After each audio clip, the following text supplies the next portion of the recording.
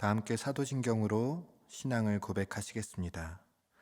전능하사 천지를 만드신 하나님 아버지를 내가 믿사오며 그 외아들 우리 주 예수 그리스도를 믿사오니 이는 성령으로 잉태하사 동정녀 마리아에게 나시고 본디오 빌라도에게 고난을 받으사 십자가에 못 박혀 죽으시고 장사한 지 사흘 만에 죽은 자 가운데서 다시 살아나시며 하늘에 오르사 전능하신 하나님 우편에 앉아 계시다가 저희로서 산자와 죽은 자를 심판하러 오시리라.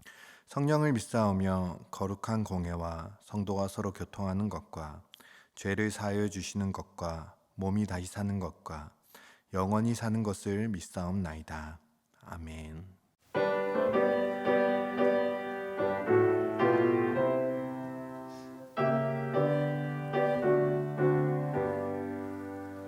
온 세상 위하여 나 복음 전하리. 만 백성 모두 나와서 주 말씀 들으라. 죄 중에 빠져서 헤매는 자 되라. 주님의 음성 듣고서 너 구원받으라. 정령과 기도해 내 증인 되리라.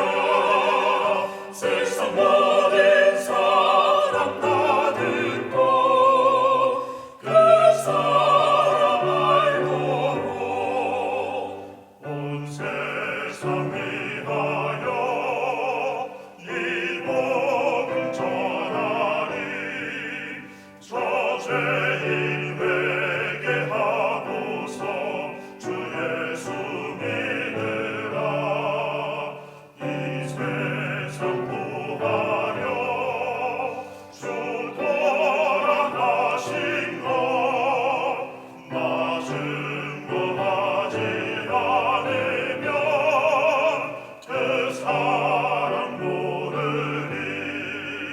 정령과 기도해 내 증인 되리라. 세상 모든 사람 다 듣고 그 사람 알도록 온 세상 위하여 주 은혜 임하니. 주 예수 이름 힘입어 이 복음 전하자. 먼 곳에 나가서 전하지 못해도 나 어느 곳에 있든지 늘 기도 힘쓰리.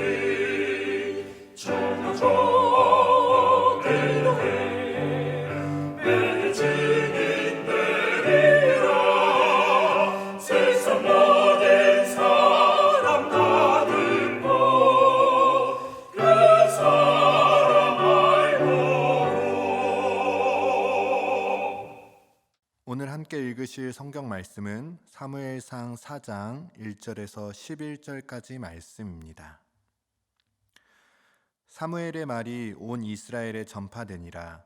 이스라엘은 나가서 블레셋 사람들과 싸우려고 에베네셀 곁에 진치고 블레셋 사람들은 아벡에 진쳤더니 블레셋 사람들이 이스라엘에 대하여 전열을 벌이니라. 그 둘이 싸우다가 이스라엘이 블레셋 사람들 앞에서 패하여 그들에게 전쟁에서 죽임을 당한 군사가 4,000명 가량이라. 백성이 진영으로 돌아오매 이스라엘 장로들이 이르되 여호와께서 어찌하여 우리에게 오늘 블레셋 사람들 앞에 패하게 하셨는고 여호와의 언약궤를 실로에서 우리에게로 가져다가 우리 중에 있게 하여 그것으로 우리를 우리 원수들의 손에서 구원하게 하자 하니 이에 백성이 실로의 사람들을 보내어 그룹 사이에 계신 만군의 여호와의 언약궤를 거기서 가져왔고 엘리의 두 아들 홈니와 비느하스는 하나님의 언약궤와 함께 거기에 있었더라.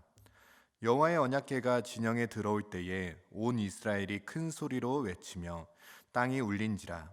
블레셋 사람이 그 외치는 소리를 듣고 이르되 히브리 진영에서 큰 소리로 외침은 어찌 됨이냐 하다가 여호와의 궤가 진영에 들어온 줄을 깨달은지라. 블레셋 사람이 두려워하여 이르되 신이 진영에 이르렀도다 하고 또 이르되 우리에게 화로다. 전날에는 이런 일이 없었도다. 우리에게 화로다. 누가 우리를 이 능한 신들의 손에서 건지리요. 그들은 광야에서 여러 가지 재앙으로 애굽인을 친 신들이니라. 너희 블레셋 사람들아, 강하게 되며 대장부가 되라. 너희가 히브리 사람의 종이 되기를 그들이 너희의 종이 되었던 것 같이 되지 말고 대장부같이 되어 싸우라 하고, 블레셋 사람들이 쳤더니 이스라엘이 패하여 각기 장막으로 도망하였고 사륙이 심히 커서 이스라엘 보병에 엎드려진 자가 3만 명이었으며 하나님의 궤는 빼앗겼고 엘리의 두 아들 홈니와 비느하스는 죽임을 당하였더라. 아멘. 함께 기도하시겠습니다. 고맙고 감사하신 하나님 아버지, 오늘도 이 새벽에 우리를 깨워주시고 주님 앞에 나와 예배드리며 주의 마음을 구하며 나아갈 수 있도록 인도하여 주심에 감사드립니다. 하나님, 하나님만이 우리의 왕되심을 선포하며 나아가오니 우리의 마음 가운데 강팍한 마음들이 있다면, 완고한 마음들이 있다면 이 시간 무너지게 하여 주시옵고 오직 우리가 전심으로 주의 인도하심을 쫓아 나아가는 시간 될 수 있도록 인도하여 주시옵소서. 하나님, 오늘도 이 새벽에 주님 앞에 나와 예배하며 기도하는 주의 자녀들 가운데 그 마음의 아픔과 주의 위로가 필요한 자녀들이 있습니다. 오늘도 주님만이 그 마음 아실 것을 믿사오니 주님께서 회복시켜 주시고 성령으로 인도하여 주시옵소서.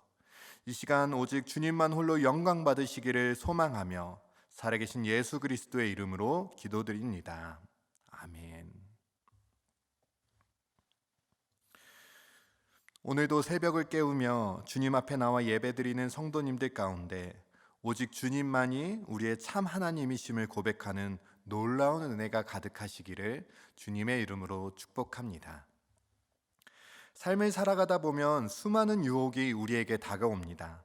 예수님께서 이미 하나님 나라를 선포하셨지만 아직 완성되지 않았기에 우리가 밟고 있는 이 땅에는 여전히 수많은 유혹들이 잔재하고 있습니다. 그중 그리스도인인 우리에게 다가오는 가장 큰 유혹은 하나님을 섬기는 것이 아닌 사용하고자 하는 마음일 것입니다. 우리는 수많은 상황과 환경들 속에서 하나님을 사용하고 싶을 때가 많이 있습니다. 내 목적을 위해서, 내 계획을 위해서 하나님의 능력을 사용하고 싶은 경우가 있습니다. 모든 상황 속에서 하나님의 뜻을 구하고 마음을 구하며 하나님의 인도하심을 구하기보다는 일단 급한 대로 하나님의 능력을 사용하고 그리고 나서 나중에 조금 시간이 될 때 하나님의 마음을 구하겠다고 생각할 때가 종종 우리에게 유혹처럼 다가옵니다. 이러한 모습은 여전히 그리스도인, 그리스도께 속한 자, 그리스도의 종이라고 고백하면서도 내가 내 삶의 주인이 되어서 하나님의 하나님 되심을 거절하는 인간이 짓고 있는 죄의 본질적인 모습입니다. 그리스도인이라고 고백하지만 여전히 이러한 모습들이 우리의 삶 가운데 남아있는 것이죠.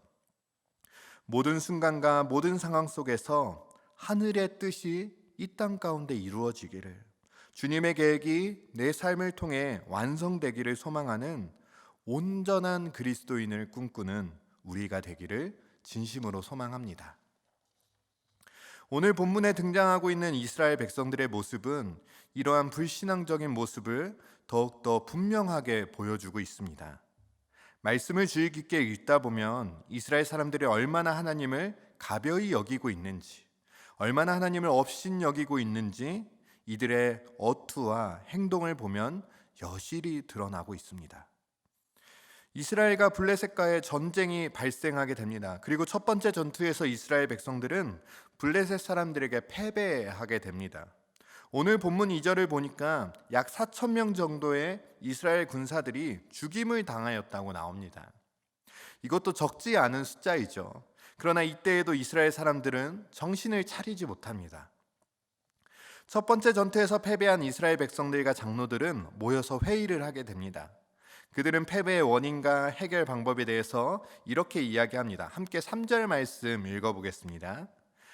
백성이 진영으로 돌아오매 이스라엘 장로들이 이르되 여호와께서 어찌하여 우리에게 오늘 블레셋 사람들 앞에 패하게 하셨는고 여호와의 언약궤를 실로에서 우리에게로 가져다가 우리 중에 있게 하여 그곳으로 우리를 우리 원수들의 손에서 구원하게 하자 하니. 블레셋과의 첫 번째 전쟁에서 패배하고 돌아오자 장로들이 이렇게 이야기합니다. 여호와께서 어찌하여 우리에게 오늘 블레셋 사람들 앞에 패하게 하셨는가?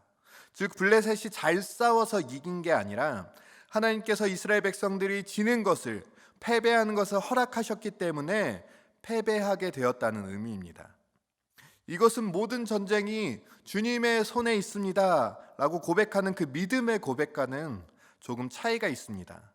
이 애매한 신앙의 고백은 하나님께서 이스라엘을 버리셨기 때문에 전쟁에서 패배하였다는 하나님을 향한 짙은 원망의 의미가 담겨져 있는 것입니다. 즉 이스라엘 장로들은 전쟁의 패배의 근본 책임을 하나님께 돌리고 있는 것입니다.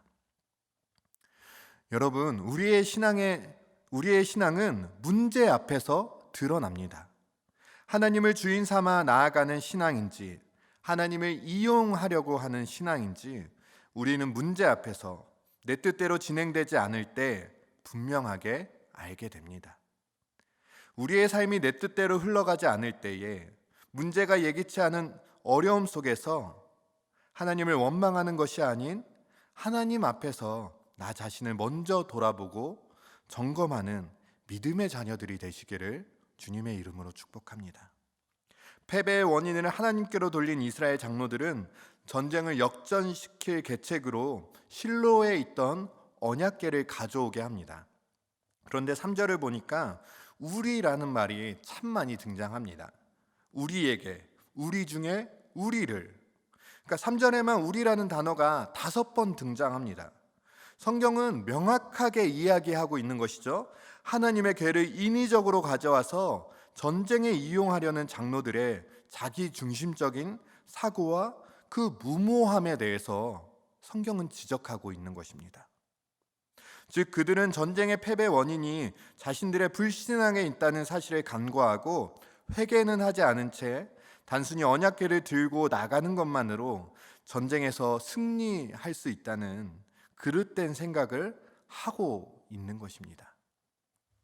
한 성경 주석은 이 부분에 대해서 이렇게 이야기하고 있습니다. 이 말, 그러니까 3절을 이야기하는 것이죠. 하나님을 신뢰하는 표현처럼 보이지만 실상 그것은 하나님을 반역하는 것이다. 더 나아가 하나님을 모독하는 것이기도 하다. 왜냐하면 그들은 여호와 하나님 자체를 의지한 것이 아니라 단지 하나님 임재의 상징에 불과한 언약궤를 의지한 것이기 때문이다. 그들은 형식주의적이며 주술적 믿음으로 언약궤를 가져오므로 하나님을 이방 우상과 동일하게 취급했으며 자신들의 목표를 이루기 위한 하나의 수단으로 하나님과 그의 임재의 상징인 언약궤를 평가절하하였던 것이다. 사실 과거 출애굽 역사에 있어서 이스라엘의 중심은 언제나 언약궤였습니다. 그 언약궤를 앞세워 나아갈 때 이스라엘은 막강한 적들을 무찌르기도 하였습니다. 또한 강을 마른 땅처럼 건너기도 하였습니다. 그러나 이와 같은 역사들은 언약궤 자체로 말미암은 것이 아니었죠. 과거 이스라엘은 언약궤 그 자체로 인하여 축복을 받은 것이 아니라 언약궤로 상징되는 여호와의 임재를 체험함으로 축복을 경험했던 것이었습니다. 그러나 당시 기복적인 신앙관을 가졌던 이스라엘 장로들은 자신들의 욕심에 눈이 먼 이스라엘 장로들은 바로 이 점을 간과하게 됩니다. 오늘날 우리도 이러한 본질을 놓친 신앙생활에 빠져 있을 때가 있음을 종종 보게 되죠. 사순절 새벽 예배를 완주하면 복 받는 것일까요? 우리의 모든 문제가 해결될까요? 자녀들이 공부를 잘하게 될까요? 좋은 성적이 나오게 될까요? 사업이 번창하고 형통하게 될 수 있을까요? 죄송하지만 분명하게 말씀드립니다. 아닙니다. 물론 이런 것이 우리가 받는 복의 모든 것을 의미하는 것도 아니지만, 사순절 새벽 예배 완주한다고, 주일 예배 잘 드린다고 복 받는 것이 아닙니다. 진짜 복은 사순절 새벽 예배를 통해서, 주일 예배를 통하여서 하나님께서 내 모든 일상의 주인이 되심을 고백하고 살아갈 때에 나타나는 것입니다. 내 삶에 하나님의 역사하심이 드러날 때, 즉 내 삶에 하나님의 통치하심과 다스리심이 나타나기 시작할 때, 성경은 그것이 복 있는 사람이라고 명확하게 이야기하는 것입니다. 그러나 여전히 하나님은 사라진 채 자신의 욕심만을 채우는 행위를 계속하였던 이스라엘 백성들은 결과적으로 더 큰 어려움에 처하게 됩니다. 함께 10절 말씀 보겠습니다. 블레셋 사람들이 쳤더니 이스라엘이 패하여 각기 장막으로 도망하였고, 사륙이 심히 커서 이스라엘 보병에 엎드려진 자가 3만 명이었으며, 다음 전투에서 이스라엘은 더 큰 피해를 당하게 됩니다. 4천 명의 피해를 내었던, 전사자를 내었던 첫 번째 전투를 이어 이번에는 3만 명의 보병이 사망하게 됩니다. 성경은 이스라엘 백성들이 사륙당했다고 이야기하며, 이번 전투에서 진 것뿐만이 아니라 전쟁 자체에서, 블레셋과의 전쟁 자체에서도 패배하였다고 말합니다. 이스라엘 모든 사람들이 자신들의 집으로 도망하게 되었다라고 성경은 말하고 있습니다. 이스라엘 백성들이요, 철저하게 패배하게 됩니다. 사실 하나님께서 애굽에 종살이하였던 이스라엘 백성들을 부르실 때에는 꿈이 있으셨습니다. 출애굽기 19장 5절과 6절입니다. 세계가 다 내게 속하였나니 너희가 내 말을 잘 듣고 내 언약을 지키면 너희는 모든 민족 중에서 내 소유가 되겠고, 너희가 내게 대하여 제사장 나라가 되며 거룩한 백성이 되리라. 너는 이 말을 이스라엘 자손에게 전할지니라. 아멘. 하나님께서는 가장 작고 작은 나라였던 이스라엘을 통해 온 열방에 하나님께서 주인 되심을 선포하고자 하셨습니다. 그것이 제사장 나라, 거룩한 백성으로서의 부르심이었습니다. 그것이 처음에는 잘 지켜졌습니다. 그 이야기가 여호수아서에 담겨져 있죠. 그러나 시간이 지나면서 이스라엘 백성들이 하나님께서 주인 되심을 거절하기 시작합니다. 하나님께서 우리 삶의 주인 되었다는 게 거북해지기 시작한 것 같습니다. 하나님께서 우리의 왕 되셨다는 것이 이제는 실증이 나기 시작했던 것 같습니다. 그리고 철저하게 무너지기 시작하죠. 그것이 바로 사사기의 이야기입니다. 오늘 본문에 등장하는 이스라엘 백성들과 그 장로들은 여전히 하나님을 도구로 사용하려는 사사시대의 잘못된 유산을 쫓아 살아가고 있는 것입니다. 이 거룩한 나라의 부르심은 신약에 이르러 베드로가 이렇게 다시 이야기하기도 합니다. 베드로전서 2장 9절입니다. 그러나 너희는 택하신 족속이요 왕같은 제사장들이요 거룩한 나라요 그의 소유가 된 백성이니 이는 너희를 어두운 데서 불러내어 그의 기이한 빛에 들어가게 하신 이의 아름다운 덕을 선포하게 하려 하심이라. 이스라엘을 향한, 우리를 향한 하나님의 꿈은, 그 부르심은 분명한데 이스라엘은, 또 우리는 그 꿈을 핑계로 하나님을 이용하려고만 합니다. 사랑하는 한사랑교회 성도님들, 우리의 신앙이 하나님이 아닌 내가 주인 되었을 때 하나님께서는 반드시 우리에게 사인을 주십니다. 멈추라고 말씀하십니다. 이스라엘 백성들에게는 이미 사무엘을 통해 엘리와 그 가문에 대한 말씀을 주셨습니다. 그때 깨닫지 못했다 할지라도 블레셋이 처음 쳐들어왔을 때에, 블레셋과 전쟁을 시작하게 되었을 때에 그때는 하나님의 마음을 구했어야 했습니다. 그때 구하지 못하였다면 첫 번째 전투에서 4천 명의 전사자를 낳았을 때 그때는 돌이켰어야 했습니다. 우리가 무엇을 잘못했는가? 우리가 하나님 앞에서 무엇을 범죄하였는가? 우리가 얼마나 하나님과 멀어져 있었는가? 그때는 돌이켰어야 했습니다. 그때는 하나님께 질문했어야 했습니다. 그때는 하나님의 말씀을 들었어야 했습니다. 그러나 멈추고 여쭈어야 하는 그때에, 하나님의 말씀을 들어야 하는 그때에 이스라엘 백성들은 또다시 하나님을 사용하고자 했습니다. 그리고 그 결과에 대해서 성경은 명확하게 이야기하고 있는 것입니다. 오늘 이 새벽에 우리가 좀 겸손히 돌아보기를 소망합니다. 우리의 모습 가운데, 우리의 삶 가운데 정말 하나님께서 주인이 되시는지 돌아보기를 소망합니다. 하나님께서 마땅히 계셔야 할 내 삶의 주인의 자리에 오늘 누가 있는지, 그래서 오히려 하나님을 이용하는 삶을 살고 있지는 않았는지 겸손히 돌아보며 회개하기를 소망합니다. 언약궤의 진정한 사용 방법은 전쟁에 들고 나가는 것이 아니라 그 자리에서 하나님을 구하는 것입니다. 오늘 이 새벽 예배가 내 삶에 하나님을 구하며 하나님의 다스리심을 구하며 하나님의 통치하심을 선포하는 시간이 되시기를 다시 한번 주님의 이름으로 축복합니다. 하늘에 계신 우리 아버지여, 이름이 거룩히 여김을 받으시오며 나라가 임하시오며 뜻이 하늘에서 이루어진 것 같이 땅에서도 이루어지이다.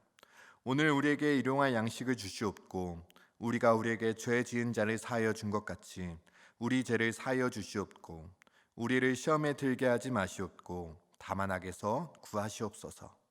나라와 권세와 영광이 아버지께 영원히 있사옵나이다. 아멘.